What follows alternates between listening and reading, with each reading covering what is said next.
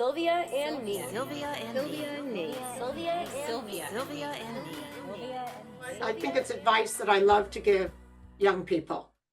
Adaptability is essential.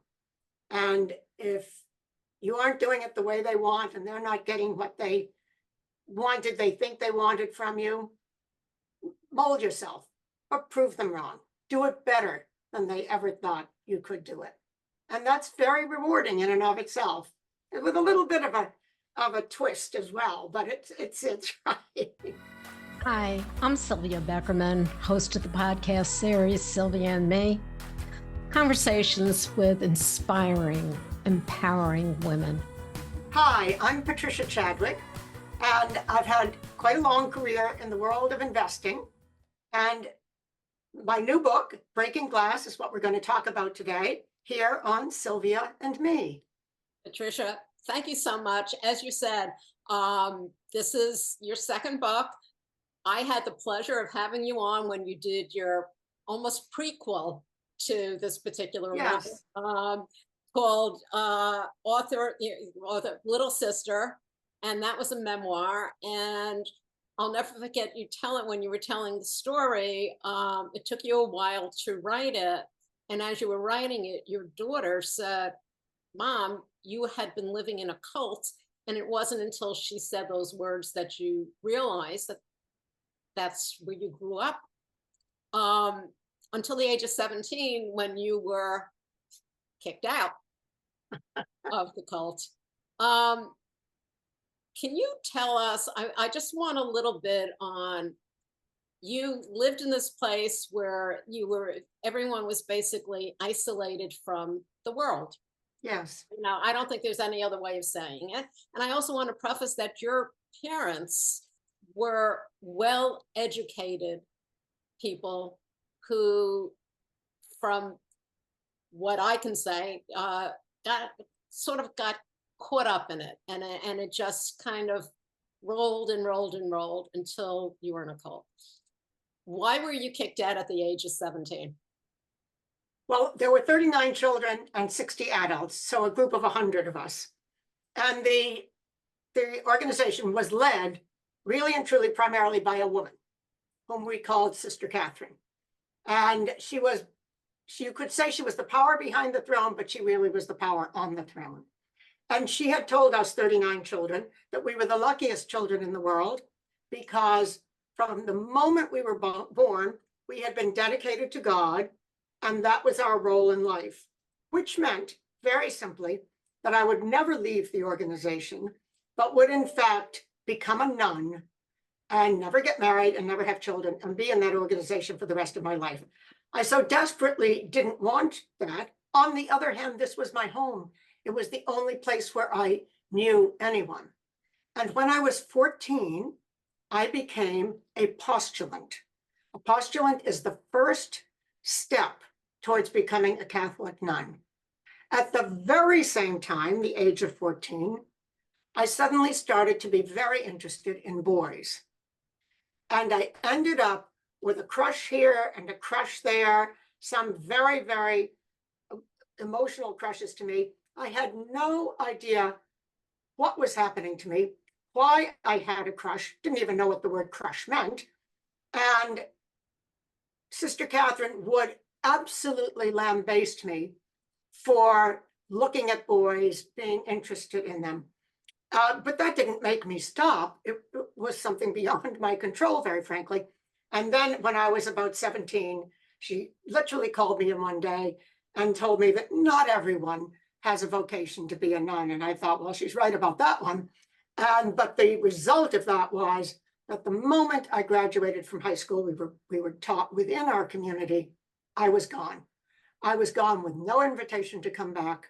I was gone without my siblings, or 3 of my 4 siblings, even knowing it.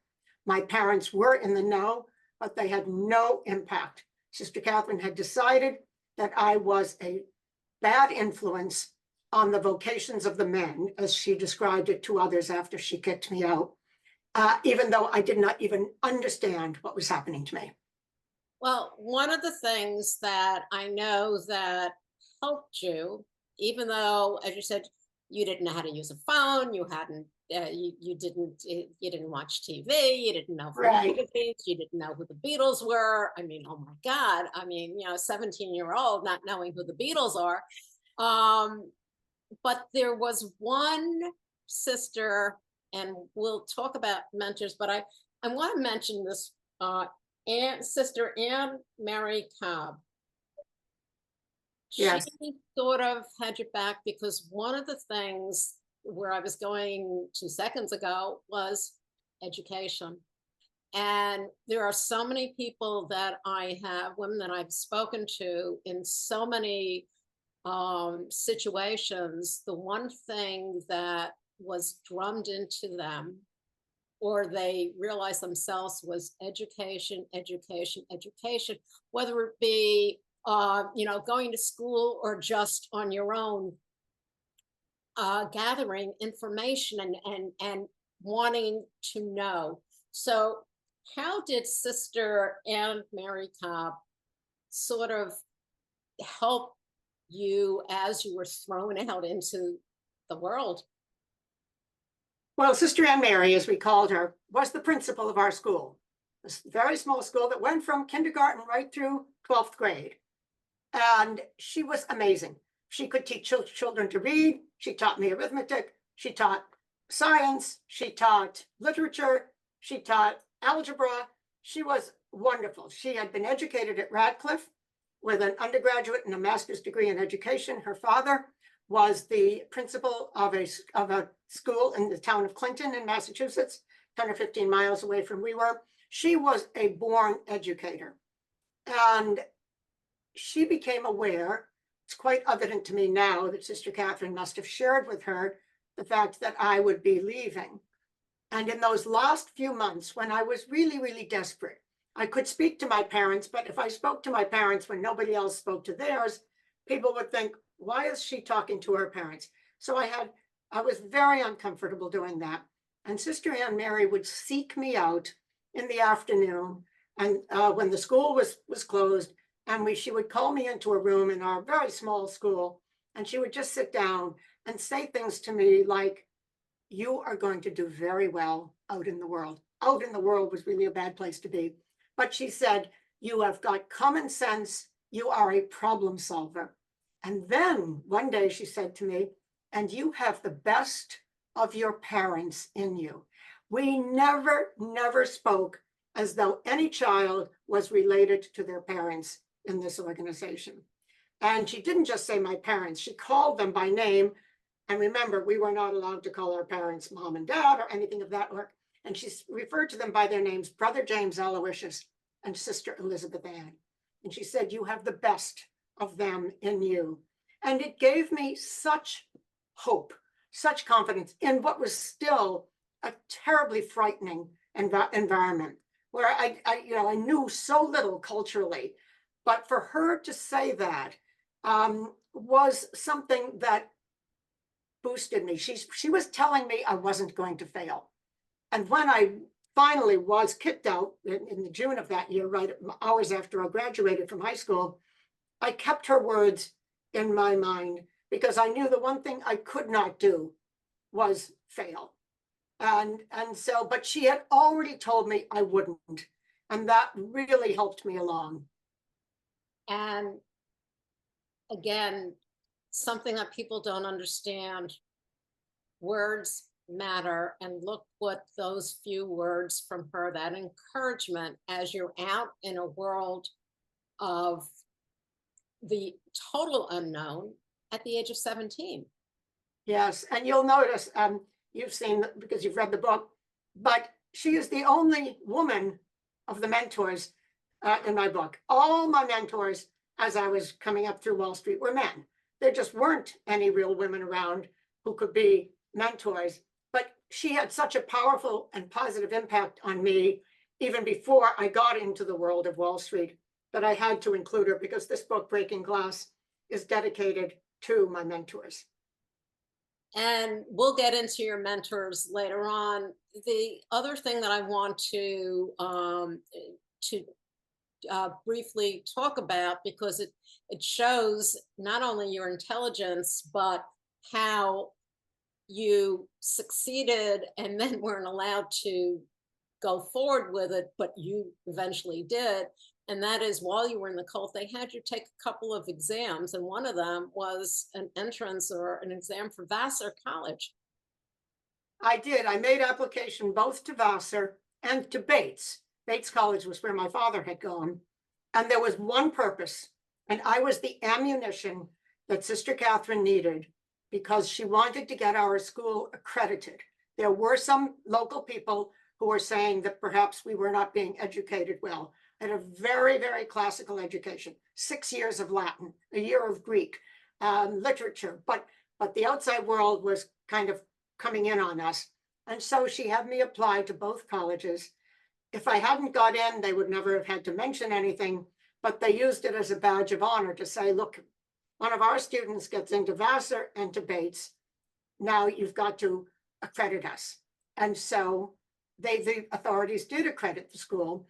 But right after I received those letters of acceptance, I had to sit down and write a handwritten note that saying I would not be coming to either of them, and gave some silly excuse. But Sister Catherine would never have allowed me to go to college. She said, if I went to college, I would lose my soul. Okay. Well, luckily you have not lost your soul. You did go to college, which you'll get into, and you did graduate. But before that, you had skills typing and shorthand. How'd you get those skills? And then where did those take you to? So Sister Catherine allowed, since she wasn't sending me to college, and all she wanted was to give me a skill set that would allow me to be gone forever. She would never have to see me again. And so she allowed that I could go to secretarial school, which was in Boston, and it was a 45-minute bus ride. And I would spend the evenings, the nights, back at the center where I was growing up, but in a house that was away from the rest of the community. And I was allowed to speak to only two people in the community, my father and my mother.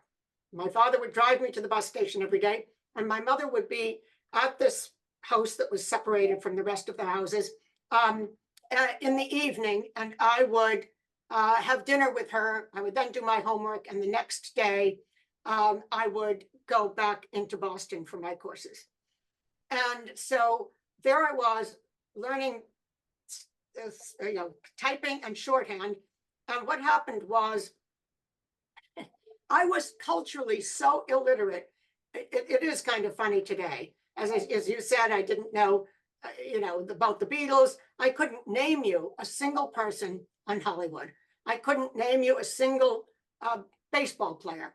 And there was one day on the bus, a nice gentleman was sitting next to me, and he turned to me and very softly he said, "Has anyone ever told you you look like Lauren Bacall?" And I thought, first place I was kind of edgy, like, who is he to talk to me? I'm a stranger. He shouldn't be saying anything to me. But then I was kind of fascinated. And I thought, Lauren Bacall, remember that name. I've got to find out who Lauren Bacall is. And that night when I got home and was just having dinner quietly with my mother, I said, Sister Elizabeth Ann, which is the way I addressed her, who is Lauren Bacall? And she suddenly got a great big smile on her face. And she said, oh, darling, she is a beautiful actress. Nobody at the center ever talked about actors. Nobody, Hollywood was anathema to the organization. And suddenly I felt as though my mother made a mistake. Maybe she was trying to share some information, because that was never an expression that would have been used. And I thought about Lauren Bacall was a beautiful actress. And suddenly it occurred to me that maybe I was pretty, that someone thought I was beautiful. And it was the first time in my life that I ever thought of myself in that position. And so that was how naive I was. And I do write a funny story in the book about, I think I've mentioned, the language of the world was completely Greek to me. Not only did I not know people, I didn't know words. I had never heard a swear word. I had never even heard a slang word. And so I used to go looking up these words that I would hear people say, and they weren't even in the dictionary because we didn't have an urban dictionary back then. And it was really hard for me to figure out what things were. So, I mean, I had to keep my eyes and ears open and my mouth closed. And one time I made a grand mistake of not keeping my mouth closed. There was a word that was used so often, I thought I just have to find out what this word means. And I was so afraid to ask anyone because I just didn't know what the response would be. And finally, I decided I particularly chose a girl that was very pleasant. She came from Arlington. She had gone to Catholic school. And I thought, well, she'll be the safest person I could possibly ask. And so it was a Friday afternoon, and I was getting ready to leave for the weekend. And I walked up to her and I said, can you help me with something? She said, sure. And I said, can you tell me what the word shit means? And she just looked at me with her lovely blue eyes and her blonde hair on her shoulders. And she said, shit. And I went, oh my gosh. The one person I thought I could trust to give me a real answer gave me that answer. And I said, okay, have a lovely weekend. And I went across the street to go to the bus station. And all I could think of is, I am never again going to ask another question in my life. I'm going to figure out everything on my own. And that experience so stayed with me that I actually had to write the story in the book. But that was how naive I was. Well, you went from having the skills to actually going out and getting a job, and with those skills. Yes. So you were scheduled for 2 interviews. You went to your first one and you were offered the job. And because you didn't know any better, but knew you needed to get a job, you took the job because you had no idea. And that was the start of your life on Wall Street. And without your knowledge, many years later, being called the Witch of Wall Street, for good reasons, though. So yes, why don't we start off with that first job, which I believe was Landenberg Tholman, and you got $2 an hour as a receptionist. yes. Wow. Yes. So, but I mean, it was Landenberg Tholman. It was a brokerage firm. Mhm. I wasn't really sure what a brokerage firm did, and I wasn't really quite sure what a receptionist did. I knew I had to answer the phone, and they said that they would pay me $90 a week. And I thought that was amazing because I was getting paid more than the minimum wage. And I went in there with an open attitude. Okay, I remember that morning thinking all the rest of my life was in the past. And this was a new book and a new leaf for me. And my whole life now lay ahead of me, all from these 2 little courses I had taken in typing and shorthand. And truly, I embraced it. And I wanted to I wanted to be the best receptionist in the world. And I wanted to make myself invaluable to all of the brokers. And I would Xerox their pages for them, and I would get them their lunches, and I would fix their telephones and screw in light bulbs that weren't working and all those kinds of things. And then there was a ticker, all the transactions and all the news. And I would go and cut out articles for them if I knew that one of their customers was interested in a stock. And made myself very much a part of that community, all a bunch of guys, in their 30s, most likely, maybe even some in their 40s. And after 6 months, George Burden, the chief partner, and the man who had offered me the job, called me into his office. And he said, we're very, very pleased with the work you're doing. And we're going to raise your salary from $90 a week to $100 a week. And I immediately did my mental arithmetic and went, wow, that's great. That's 11%. But then I went, oh, but that's after 6 months. So that's really 22%. I mean, my mind worked in finance well. And I thought, oh, wonderful. And then it was only 2 months later when he called me back into his office and said, this is the time of year when we give out bonuses. It was now getting towards Christmas time. And I thought, bonus? nobody ever told me a receptionist got a bonus. And I was making $100 a week, which meant that I was annualized at, $5,200 a year. And he gave me a check for $1,500, a third of what I was making. And that was my first money that I had to buy any stocks, which I started to buy in 1969, which was a year in which the market was dreadful. And so I lost money on most of my initial investments. But you did it based on trust. You got your broker's license. And as we mentioned before, you put yourself through college, night school.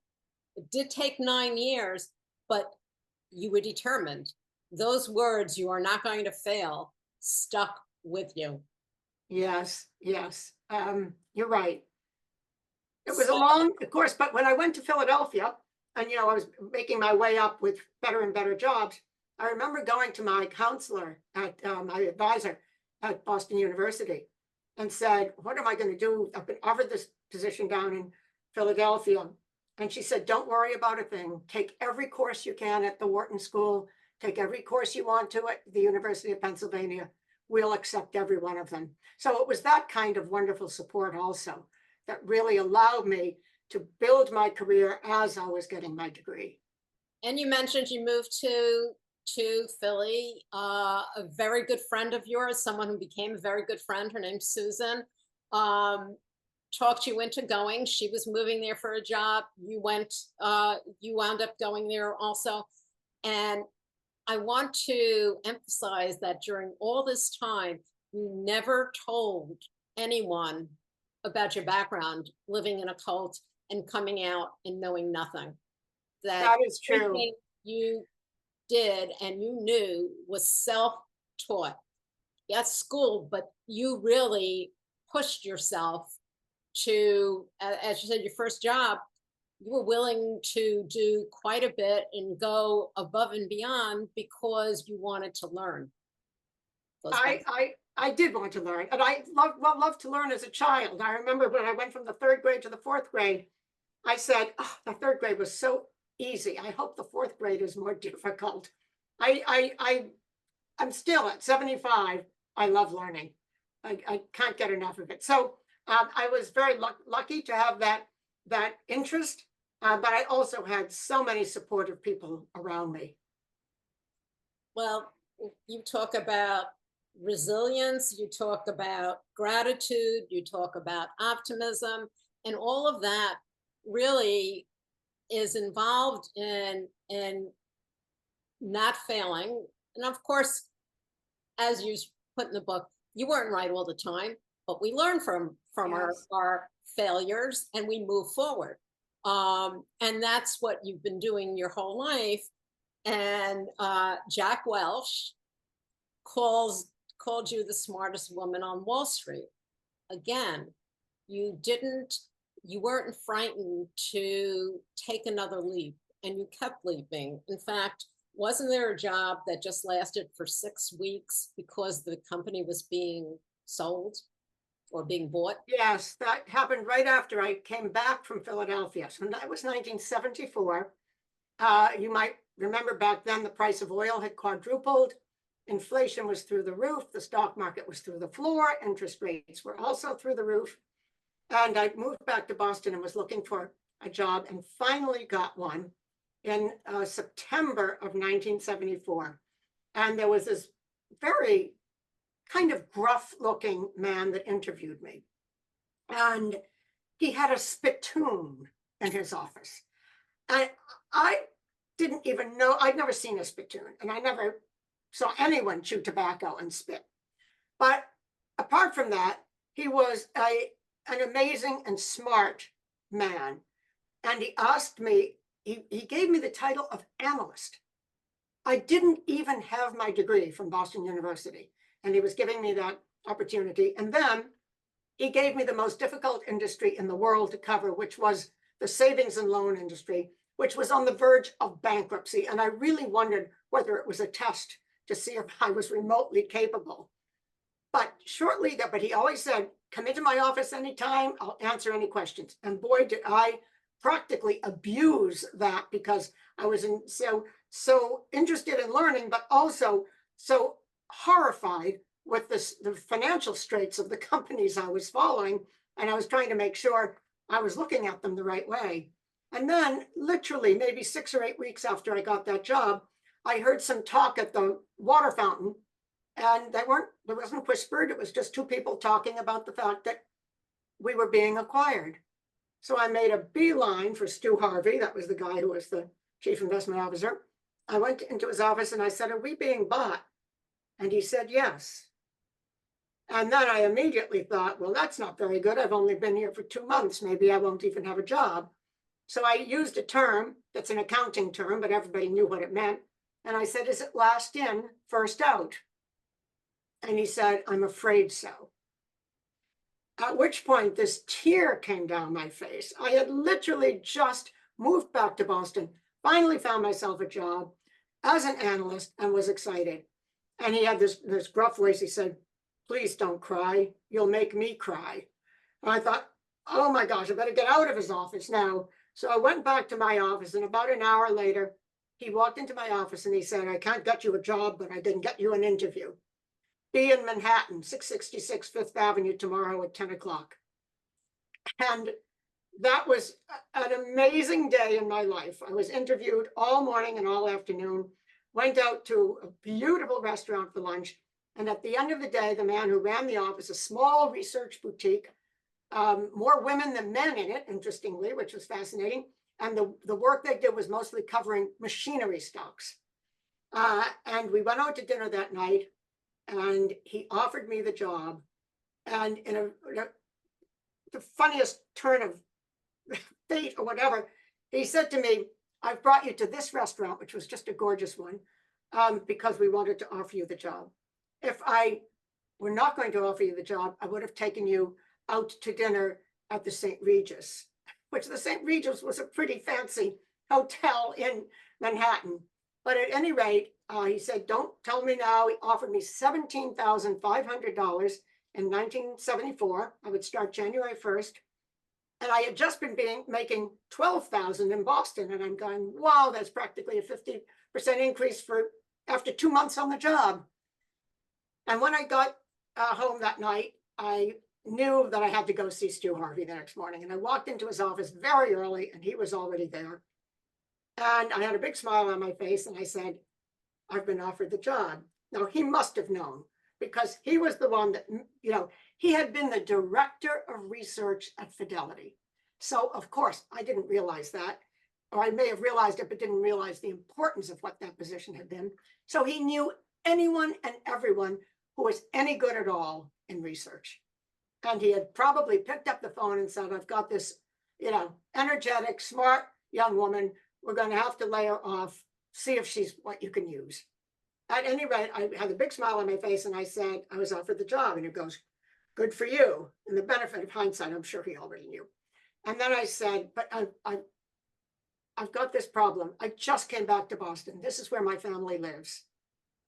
And I basically said, what should I do? I mean, I really didn't feel like a nomad, I was about to be a nomad, leaving Philadelphia, coming back to Boston, leaving Boston. And he just looked at me with his very black eyes. And he said, do you want to make it big in this world? I said, yes. He said, go to New York. And he is one of my mentors. I knew him for all of 3 months. And that advice was so valuable. And it was done with the greatest spirit of what was best for me. And I have just never forgotten that. And that was the start of you moving forward and forward and forward, and taking risk and educating yourself, and educating yourself in what you were doing, and even going above and beyond so that you would be able to be in there. Remember, it was we want to remind everyone that it was a male-dominated industry. It was Wall Street. If people saw the movie The Wolf of Wall Street, if people saw any of the movies, there were men. The women, if there were women, they had mediocre jobs at best. But you, again, the Witch of Wall Street, and as has been written, you were tough, you were exacting, you expected people to step up, do their homework, be prepared. And female top, executives, players were seen as aggressive. One of the legends, Mickey Seaberg, was a Wall Street legend. Yes. And so women were never, they were so far and few between that what you did is absolutely amazing. And if I may, I want to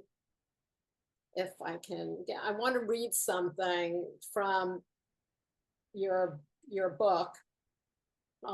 It's towards the end before you thank your mentors. As I reached each new rung up the ladder, I still had no grand plan. I simply leapt at opportunities that came my way in my enthusiasm and drive. I unwittingly ruffled feathers, and in the process, I found myself dubbed the Witch of Wall Street. Fortunately, many of those who found my office style too intimidating are today good friends. The long journey was far more rewarding than I had ever envisioned, despite periods of exasperation and frustration. During those trying times, I would sit myself down metaphorically and have heart-to-heart monologue. And this I love. You have, and this was your monologue to yourself, you have two options, but not three. Option one, you can find a new job with all that entails and work where you think you will be better appreciated. Option two, you can outsmart the powers that be and put them to shame by proving them wrong. What you cannot do is become a malcontent. I always chose option two and never regretted it. I love that because that is like what you live by. Yes. And you know what? I think it's advice that I love to give young people. Adaptability is essential. And if you aren't doing it the way they want and they're not getting what they think they wanted from you, mold yourself or prove them wrong. Do it better than they ever thought you could do it. And that's very rewarding in and of itself, with a little bit of a twist as well, but it's right. I love it. And I was going to ask you what you would tell young people, and I think you just did. And you have since you retired, you got married and you had children at a later age. I did. I got married in my late 30s, and my husband had 3 children of his own. So having another family wasn't uppermost in his mind. And I myself, so all my life, I'd always wanted to have children. But I would sometimes say to myself, well, can I do everything right? Can I be a good businesswoman? Can I be a good wife? And can I also be a good mother? But when I hit 40, I was having a wonderful dinner with my husband in the city, in celebration. And in the middle of dinner, I said, we have to talk about something. And I told him, I really want to have children with you. And he was not prepared for that, but he was amazing and wonderful. And we talked it over for a while. And then he was behind me all the way. And it took a few years. And so I was actually 45 when I gave birth to my twins. And so I then had to learn to manage this other very important role. And after a while, after a few years, and when they were like 3 or 4, I thought, oh, I've got this down. I can do the wife, husband, I can do the mother, child, and I can do the business. And all of a sudden, instead of remembering what I told myself when they were born, which was slow down, stop climbing the corporate ladder, I was taking on everything I could. And when the children were 5, I said, we were up in Rhode Island at the beach. And one afternoon, I was on conference calls. And one afternoon, John came in with the little ones and said, we've been at the beach all day. We've been in the ocean and you've been on conference calls. And he said, this is not a vacation for you. And I took that to heart that night. And the next morning when I woke up, I said, John, on Tuesday, it was Labor Day weekend. I said, on Tuesday when I go in, I'm going to retire. And I'll give them till the end of the year. And that's exactly what I did. I was 51 years old. Could I have gone on and on? But I could have. But for me, there was a more important objective in my life now, and it was to raise my children myself. I thought about a lot the fact that I never got raised by my parents. I was taken away from them. And while they lived in the community, they had no say over how I was raised. And I for sure didn't want my children ever to be able to say that I wasn't around. And for me, it was the best decision I ever made. I went on to have another career as an expert witness. I continued to be on CNBC a lot in the morning. And so I had an audience of sort. But the fact of the matter was, it was the right decision for me. And women will ask me, how can one manage all these things? And one really that's a challenge one has to deal with pretty much on your own. You have to decide what are the most important things for you at this point in your life. Exactly.